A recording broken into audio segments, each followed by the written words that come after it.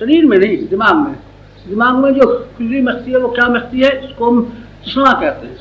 तृष्णा जो कहते हैं, वासना शरीर की कहलाती है और तृष्णा हमारे दिमाग की कहलाती है। तृष्णा उन चीज़ों को जिनको हम पकड़ नहीं सकते और जो हमारी नहीं बन सकती, लेकिन हमारा हमारा अहम कितनी चीज़ों को अपने दायरे में जकड़ता और पकड़ता हुआ चला जाता है।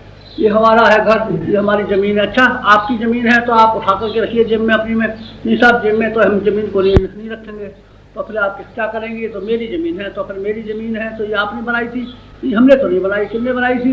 हमारे पिताजी ने, नहीं साहब पिताजी ने नहीं बनाई थी, ये तो करोड़ों वर्ष पूर्व ब्रह्मा जी ने बनाई थी, जब समुद्र में से काई फैली हुई थी और काई को समेट करके उन्होंने एक परत बनाई थी और तब ज़मीन बनाई थी। इसको बने हुए तो करोड़ों और अरबों वर्ष हो गए।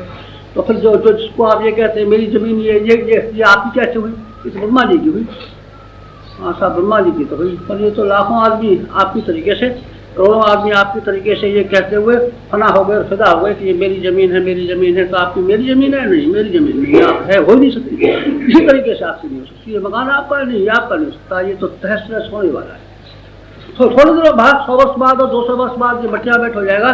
अभी जो सीमेंट का बना हुआ है मिट्टी में शामिल हो जाएगा और बहकर के कहीं चला जाएगा। ये आपका मकान है? नहीं, आपका मकान नहीं है, ये मिट्टी का मकान है। और मिट्टी में से जहाँ गड्ढा हमने खोदा था उसी में से उसको बना लिया है, और वो गड्ढा जब इसकी मट्टी हो जाएगी तो फिर ये गड्ढे में चला जाएगा। ये तो यहीं का यहीं घूमता रहेगा। फिर आपका मैं कैसे हो गया, मेरा कैसे हो गया? मेरा नहीं हो सकती कोई चीज़ हमारी, किसी तरह हमारी नहीं हो सकती।